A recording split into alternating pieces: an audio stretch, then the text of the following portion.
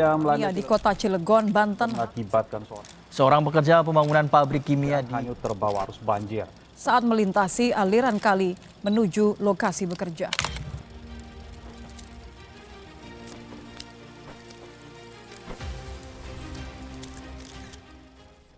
Assalamualaikum warahmatullahi wabarakatuh. Terima kasih, kembali lagi ke acara podcast Kejaksaan Negeri Cilegon. Nah, kali ini di hari yang penuh dengan keberkahan di bulan Ramadan ini, alhamdulillah kita kedatangan tamu yang sangat spesial, sangat penuh dengan syarat nilai-nilai kemanusiaan, sosial, dan kekeluargaan bersama. Bagaimana Kejaksaan Negeri Cilegon dengan bergandengan tangan dengan Kepala Dinas Tenaga Kerja dan khususnya BPJS Tenaga Kerja telah berkolaborasi untuk suatu peristiwa yang sempat viral, yaitu adanya almarhum Bapak Nurholis yang pada waktu itu meninggal dunia mendapat kecelakaan kerja di perusahaan BPJ. Nah, ini telah hadir ahli waris dari Bapak Nurholis. Ya, terima kasih Ibu Nurholis telah hadir di sore ini. Kemudian dari BPJS, Kepala BPJS Serang, Pak Fatoni, kemudian Kepala Disnaker, Pak Panca, dan terkhususnya Ibu Kepala Kejaksaan Negeri Cilegon. Nah, kali ini kita akan sedikit berdiskusi bagaimana apa untungnya itu BPJS, Pak Tony, dan bagaimana manfaat yang sudah diterima oleh ini dan konkret ini. Selama ini hanya kita berteori nih, dapatnya ini. Ternyata ini ada konkret yang langsung menyentuh korban kecelakaan kerja, ahli warisnya mendapat santunan yang kami kira nggak sedikit, gitu.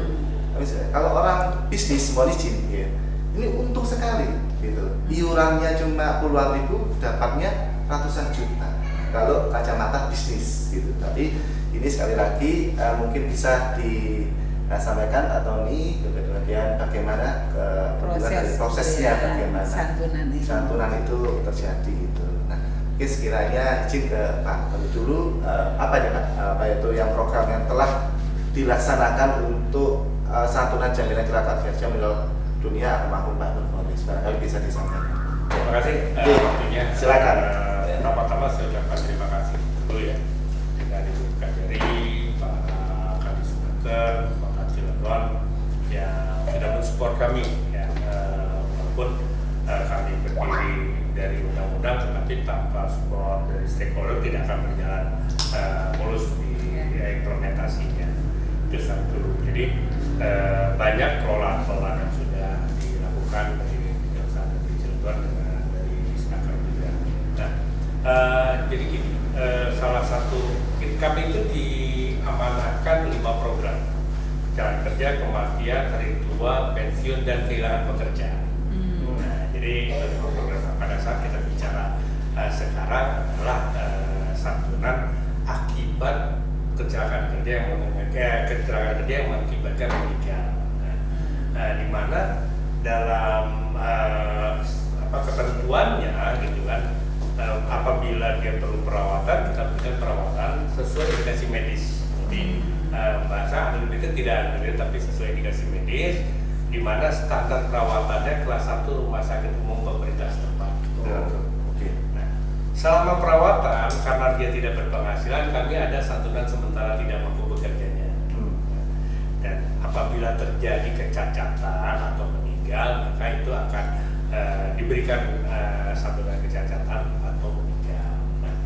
Ada klausul yang menyatakan apabila terjadi kecelakaan kerja yang mengakibatkan meninggal atau cacat total tetap maksimum 70%, jadi anggota tubuh kita ini ada persentasenya 70%, itu selain dari santunan yang tadi gitu kan, kita memberikan juga santunan berupa beasiswa untuk salah 2 orang anaknya. 2 orang anak. Salah 2 orang anaknya. Salah 2 orang itu? Ya, karena dimungkinkan punya anak lebih dari 2. Oh. Gitu. Nah, yang sangat menarik adalah gini, bagaimana kalau anak itu belum masuk ke usia sekolah? Ya, kita bicara usia sekolah itu dari TK sampai dengan sekolah 1. Ya. Nah, kami menunggu Menunggu, sampai ditunggu. jadi bukan nggak terima, kami menunggu. Luar biasa. Nah, sehingga salah satu persyaratan kepesertaan itu NIK harus valid. Jadi kita bisa tahu dari warisnya Itu harus anak kandung atau bisa anak angkat atau Nah, selama masuk kalau di kakak? anak itu sudah ada perikatan atau ada notaris ya, jadi anak angkat itu bisa jadi masuk ke sana. Bisa, sepanjang di kakak ya, Pak? Nah itu satu. Nah sekolah itu juga kita tidak hanya melihat di sekolah tadi ya, kita bicara SLTP, SLTA itu berarti madrasah juga bisa. Atau ada program persamaan. Nah jadi dimungkinkan mudah-mudahan liputan punya apabila terjadi risiko yang mengakibatkan satu meninggal, tetapi anak-anaknya ini bisa sampai dengan selesai kuliah. Jadi kalau kita mengacu Indonesia Emas, salah satunya adalah di sana ya, nanti minimum pendidikan. Nah itu yang menjadi latar belakang. Kalau kuliah sampai berapa lama? Sampai Pak? dengan 5 tahun. 5 tahun, dikasih kesempatan 5 tahun. Iya. Jadi nambah 2 semester ya. Nambah 2 semester. Biasanya kan cuma 4 tahun ya. Jadi nambah 2 semester. Dia lagi jadi percepatannya adalah sampai 5 tahun. Seperti itu sih. Karena kan kuliah juga sekarang ada program-program percepatan. Iya. Berapa aja Pak Tony untuk tadi mungkin bisa direview? Pada saat ini ya untuk khusus untuk beasiswa kita tidak berikan secara langsam, tapi kita berikan per tahun ya, per ini ya, berapa Semester. tahun ajaran ya, tahun ajaran kita berikan. Iya. Jadi TK dan SD per tahunnya kita berikan 1.500.000 per tahun. per tahunnya. SLTP itu 2 juta, SLTA, kata itu SLTA ya, itu 3 juta per tahunnya, nanti kuliahnya ada 12 juta per tahun. 12 juta per tahun. Per tahun. Iya. Jadi kalau di total untuk 2 orang anaknya itu sebetulnya akan kami punya kewajiban untuk menyantuni beasiswa 174 juta. Seperti itu sih. Luar biasa Pak. Jadi santunan tidak hanya biaya untuk almarhum tapi juga sampai ke ahli waris. Betul. Dan itu ditanggung dua. Salah dua anak. Salah dua. Salah dua. Kalau misalkan kita dalam proses mengandung itu juga di cover ya? Enggak, sudah lahir. Yang sudah lahir. Oh ya sudah lahir. Ya. Oh gitu. Iya. Iya itu luar biasa. Dan untuk ini totalnya berapa Pak? Saat ini Yang untuk ibu 256 juta, tapi itu angka yang kita berikan saat ini ya, karena yang termasuk itu 3 juta untuk tahun pertama beasiswanya SLTA. Jadi nanti 261 juta itu Ya. untuk tahun ini, nanti ya, tahun ini di tahun depan untuk pendidikan. pendidikannya kan sudah. Jadi punten Bu ya, nanti setiap tahun ke lapor ke kantor. Ya. Cara lapornya gimana Pak? Mungkin masyarakat juga biar tahu nih. Ya, cara melapor sudah pasti masih masuk di Kakakku ya. Terus juga laporan dari sekolah tentang progres raport atau nilainya dinyatakan masih sekolah. Itu saja. Dan karena ini kembali lagi, karena ini tidak cash, rekening penampungannya dilaporkan. Mungkin saja bisa berbeda kan dengan yang saat ini. Jadi rekening banknya ya. Nah, kalau kita coba ke para dinas yang punya tenaga kerja sejelas kronik. Nah, ini awal mula kronologisnya kan pasti ada laporan tuh ke dinas tenaga kerja. Nggak langsung ujuk-ujuk ke BPJS. Pasti muara pintu pertama yang diketuk adalah tenaga kerja. Nah, itu gimana Pak Panca? Baik, prosesnya izin Bu Kejari, Ya. Pak Tony. Jadi pertama-tama pada saat kejadian itu di hari libur kebetulan. Hari libur, kami mendapat informasi dari RT maupun organisasi masyarakatan setempat. Oke. Nah, kami langsung berkoordinasi dengan perusahaan tersebut. Perusahaan apa Bu? Perusahaan gel. Gel. Ya. Oke. Nah, kita berkoordinasi, lalu di hari awal pertama masuk kami undang untuk rapat bersama termasuk dari Kejaksaan dengan BPJS dan dari perusahaan tersebut untuk menindaklanjutinya secepat mungkin. Di antaranya juga teman-teman dari dinas juga bagaimana caranya melengkapi persyaratan untuk pengajuan klaim terhadap BPJS tersebut. Karena memang Kalau Pak Nurholis ini adalah BPJS ketenagakerjaan formal, artinya itu perusahaan. Karena BPJS di Pemkot Cilegon ini kita menyantuni juga bukan hanya formal, tetapi juga yang non formal. Artinya kami bukan dari Pemkot dalam hal ini mencoba memberikan suatu jaminan sosial terhadap masyarakat seluas-luasnya terkait dengan pekerja-pekerja baik yang formal maupun non formal. Jadi itu sementara Pak. Pernah nggak sebelumnya kejadian kayak gini, Pak? Belum pernah.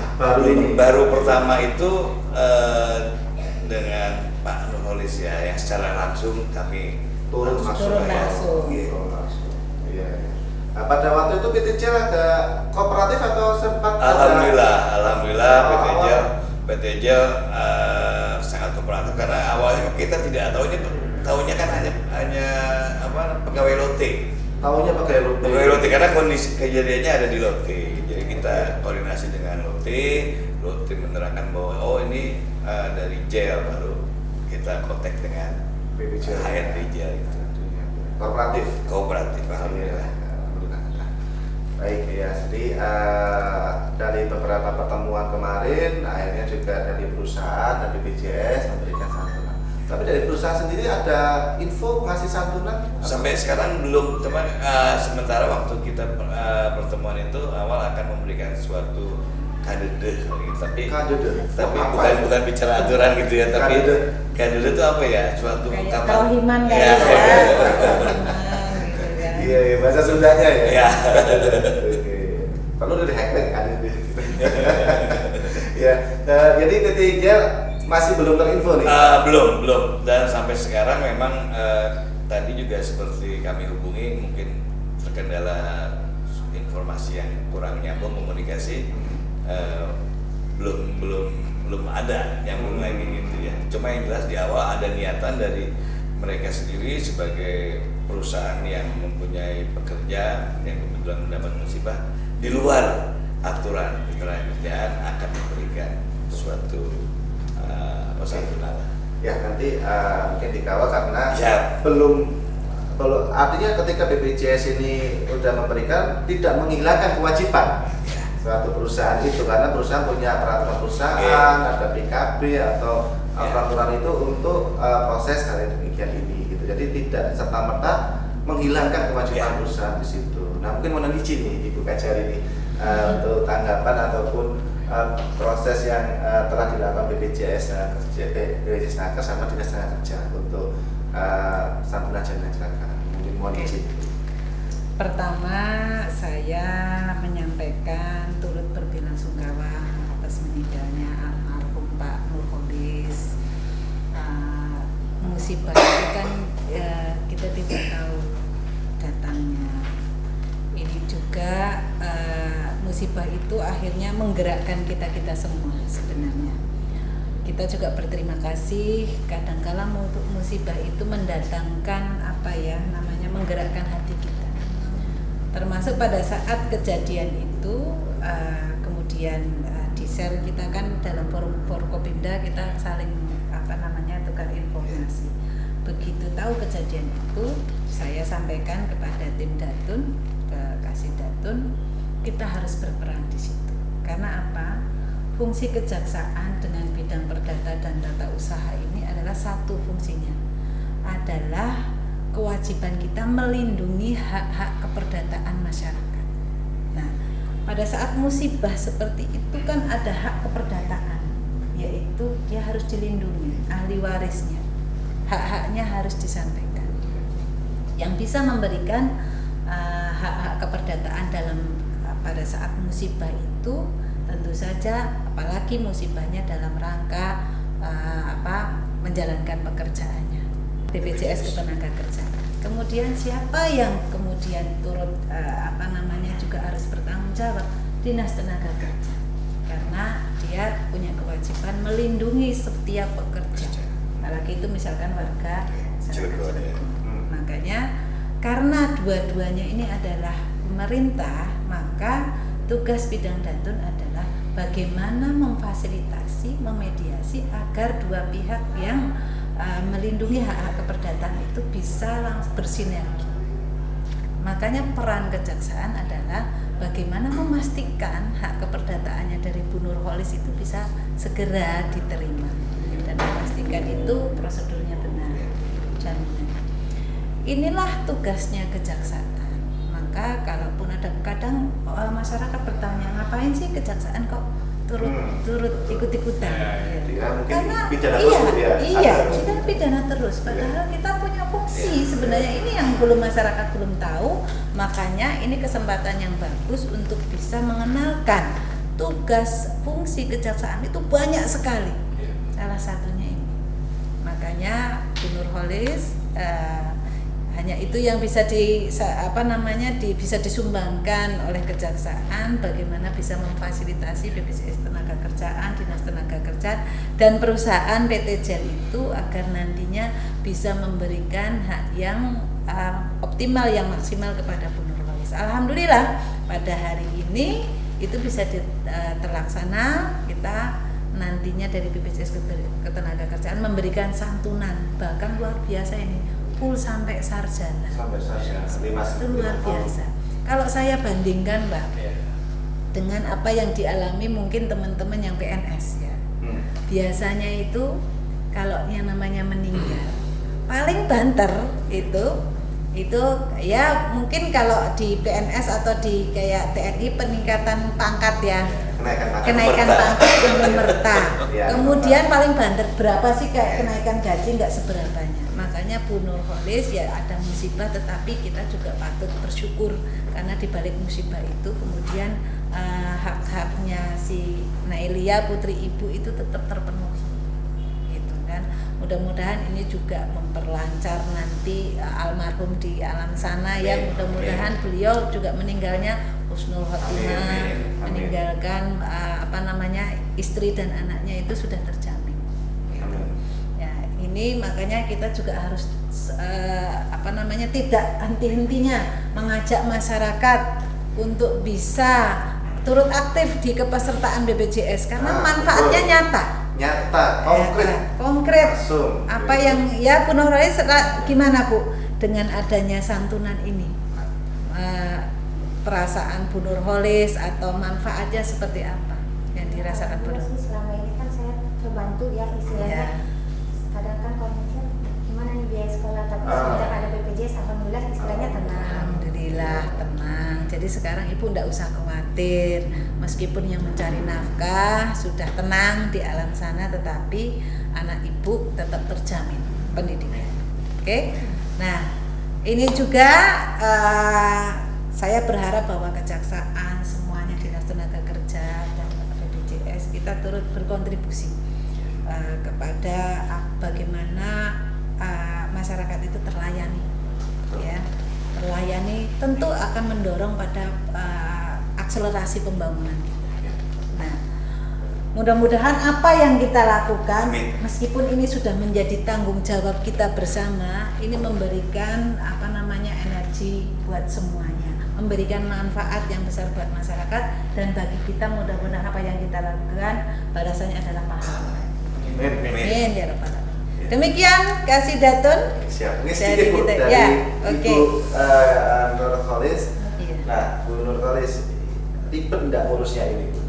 Proses dalam untuk mengklaim dan menerimanya ini lama ataupun berbeda dari BPJS enggak? Selama ini sih enggak, alhamdulillah kita dibantu dari HRD JEL. Cuma kita menyiapkan kata HRD ini saya siapkan. Saya datang ke BPJS nunggu kurang lebih seminggu kali ya. Seminggu. Iya, Langsung bisa. seminggu. Pasti ya, ada pastinya. Amin, alhamdulillah. Keren berarti BPJS Tenaga Kerja Serang. Makasih ya Pak pelayanannya. Siap. Mungkin sekiranya itu untuk podcast kali ini jadi tetap dari mungkin semua maaf sih satu statement dari BPJS saja, closing statement deh gitu. Apa yang sekiranya untuk warga atau masyarakat untuk ayo berbondong-bondong mendaftarkan diri di BPJS Tenaga Kerja. Terima kasih. Jadi gini, tagline kami itu kerja keras bebas cemas. Kerja keras bebas cemas. Ya, jadi Boleh silakan juga. bebas. Nah, jadi seluruh resikonya biar kami yang tahu. Seperti itu sih. Nah, untuk ibu, punten Bu. Ibu kan pasti ada berpenghasilan sendiri, ada usaha ya Bu ya. Nah, ibu juga ada resiko, ibu juga nanti bisa daftar BPJS Ketenagakerjaan. Nanti seperti di Pak Kadis Nakar sendiri katakan, masuk ke peserta bukan penerima upah. Iya. Tidak terkait dengan teman kami yang ada di Cirebon. Mungkin demikian. Terima kasih. Pasti untung Pak ya. Pasti untuk. Pasti untung. Nah, kalau orang bisnis itu pasti lihat untung atau rugi gitu kan. Pasti untung gitu ya. Oke, sekian, nanti kita ketemu lagi ke podcast berikutnya. Terima kasih Pak Antoni, terima kasih Pak Panca, terus juga Ibu Mandasi, dan terus Ibu Kasyari. Ya, assalamualaikum warahmatullahi wabarakatuh.